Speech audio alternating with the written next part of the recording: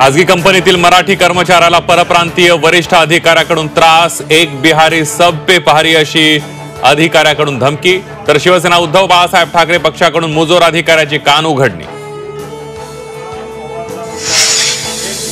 मस्साजोग घटनेतील वाल्मिक कराड हे नागपुरातील फार्म हाऊसवर विरोधी पक्षनेते अंबादास दानवे यांचा विधान परिषदेत मोठा दावा।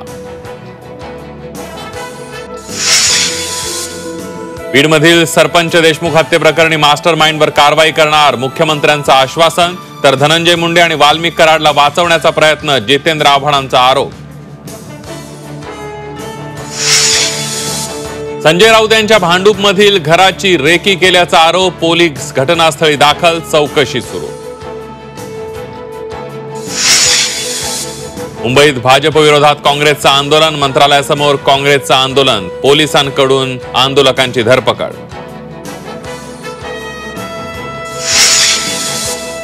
बारामतीत बाह्यवळण मार्गावर वाहतूक कोंडी, शिवाजी चौक सातव चौकात प्रचंड कोंडी, वाहतूक कोंडीमुळे प्रवासी वाहन चालक त्रस्त।